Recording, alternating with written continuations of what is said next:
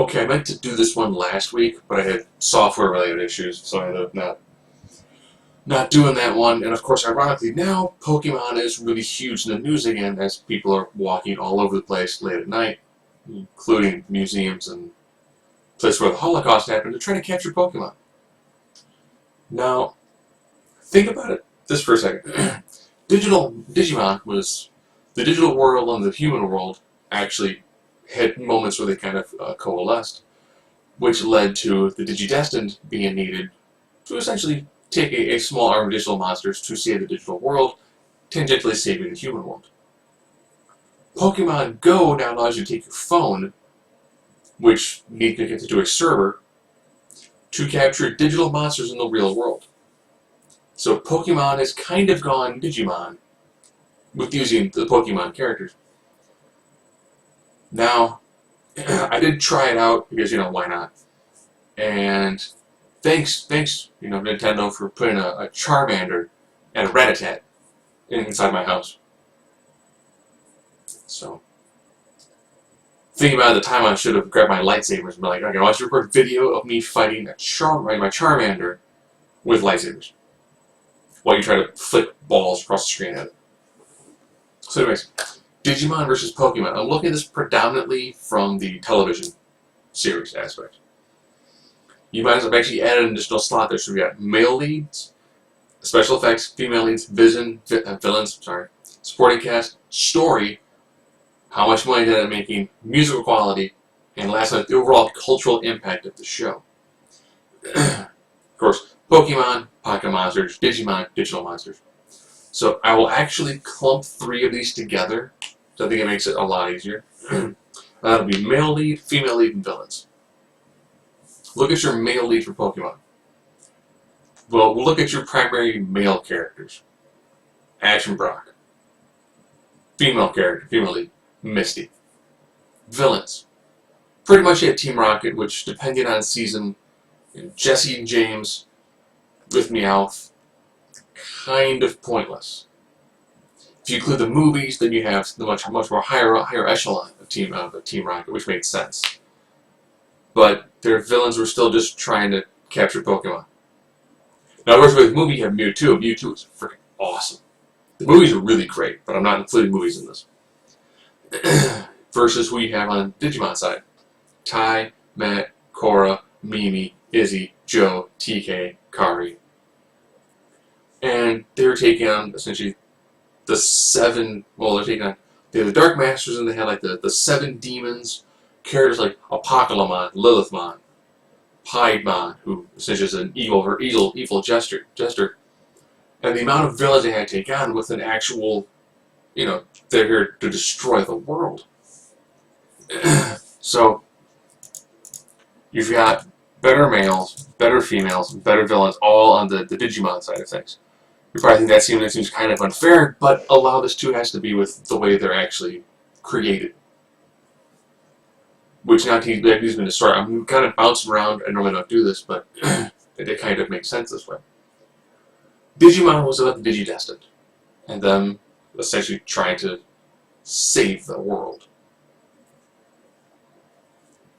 So it actually had a beginning, a middle, and an end. Yes, you can say it was very formulaic, but it's like, oh no, who will ever defeat Piedmon? I am the most compassionate person on this team. Please, Angemon, can you become more powerful? Thanks to you, believe me, I've now become Magna Angemon, Gate of Destiny, suck in all of the villains, and we will win, Deus Ex Machina style. Yes, it was formulaic that the person who is the meekest always became the most powerful. Yes.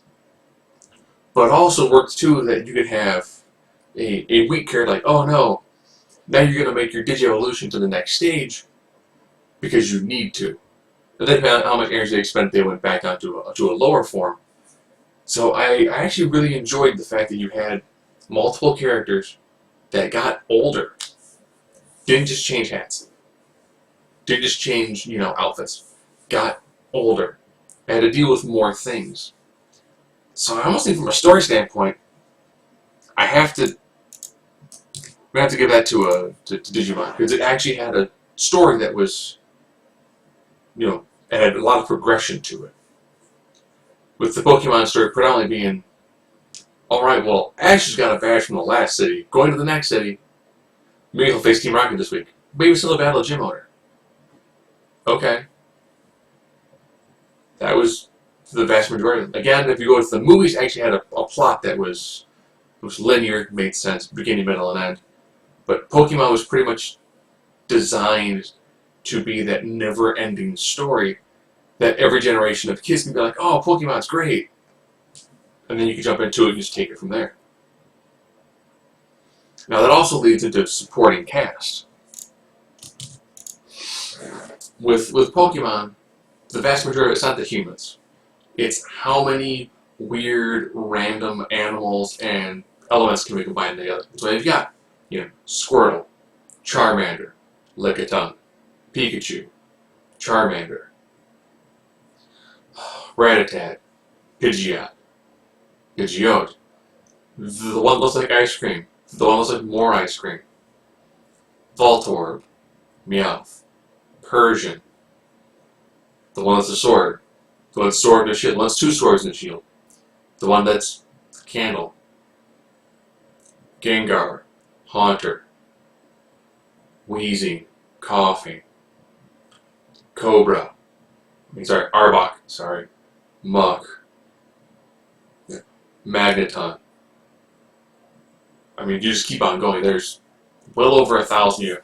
Machamp, Machoke, Machop, Hitmonlee, Hitmonchan. I don't have a list of them, I'm trying to do most of them from memory. Snorlax, can't forget Snorlax. Freaking awesome. So I mean, there's Abracadabra. There's a whole host of characters.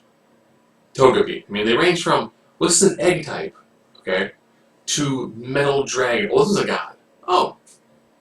Okay. This one's rocks. Yeah.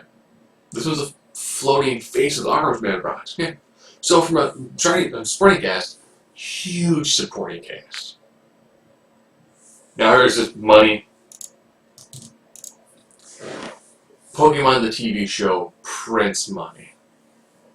And that's because it's a continually running show. They constantly bring in more new young people. And it just makes a ridiculous amount of money. Music. I'm sorry, if you look at, close your eyes and picture the theme song for Digimon. Do you remember any of it? Digimon, digital monsters, Digimon are the champions. I mean, is that on your iPad list? Do you have that on shuffle right now? No, you don't. And then the old school Pokemon, I want to be the very best, like no one ever was. Din, din, din, din. And nice poppy beat to it, and lots of people. When you start singing it, they don't have the lyrics that join in with you. People from the ages of about 20 to about 35, you could probably start singing some of it, and they might be like, "Oh, it's a Pokemon thing, right?" Now seeing anything from Digimon and nobody knows it, because the music had a really strong impact. I had cultural impact because I only had 8, and I like 9 because it breaks it down more. Cultural impact of Pokemon is huge. The TV show, card games. Every year it seems to come up with 1 or 2 new video games, the movies, the app that people have on their phones now when they walk into traffic. It is a massive, absolute juggernaut. Probably jumped around a lot, but we're currently tied up going into special effects as they are presented on the show. So Digimon, better male leads, better female lead, better villains, better story. Pokemon, on the other hand, massive supporting cast. Just makes a tremendous amount of money. Music is actually vastly superior. Theme song is flat out perfect. The Poké Rap at the end. Think about taking 150 different items and blending together a song that kind of makes sense. And it's had a tremendous cultural impact. This is one of those things where You can still go to places now and people still wear Pikachu-related items. The fact that it's a TV show that transcends different generations gives it a lot of staying power. Special effects. This versus the effects that were shown at the time of the TV show. Now you can watch them now and be like, some of the special effects aren't as good, but I'm going to give it to Digimon. And the main reason why is when you watch the opening credits, the opening sequence, it's actually really good. A lot better than what you see in Pokemon, which is kind of just, Pikachu jumping off Ash's head. Super unsanitary. All the Digi-evolutions. The way the villains are created. The effects done for the villains. It actually did a really good job in making everything look different, unique, but still keeping a lot of similar characteristics. The Digi-evolution bit at the time looked really good. Now you see it in everything, but at the time, it was a really original, beautiful looking piece of transformation. You didn't see that much in Pokemon. Yes, people say about special effects, you can go with the seizure-inducing episode, but your primary special effects were your lightning types. The creature goes, I spit water. Fire. You can find whip. Okay. It's like, your attacks are impressive. Solar beam, alright. Laser out of your back. That's neat looking. Versus, okay, so I become a magnetic St. Michael style angel, with effectively like a lightsaber sword arm, that I cut a hole in time and space, called the Gate of Destiny. That's the character designs they had and the abilities that they got to produce when they are at the higher levels are vastly superior to that of what you see in the majority of Pokemon. Yes, and the fact that Pokemon's gone on for several years, and you can probably pick certain snippets from certain seasons that are probably better. But I think that with Digimon having this very compact, very small amount of episodes, it actually allowed them to keep a certain level of quality. You didn't see episodes dropping off as much. So I do think that even though Pokemon's ridiculously more popular, it spaces the design of the show with it being much more of a, you can watch it, you can quit for a couple weeks, come back, and I was like, oh, Ashley got a new badge, maybe a new Pokemon. But it has a more longitudinal aspect to it. Where you're going to watch it, your kid's going to be a teenager, they might watch some of it, but then your young kids are going to hop into it, and it just has that amount of really great staying power. In some ways, that kind of affects the overall story quality of the show by itself, where I think Digimon, being a very small story, actually was more self-contained, allowed to do a lot more, because you actually had a firm ending that actually allowed you to put in consequences.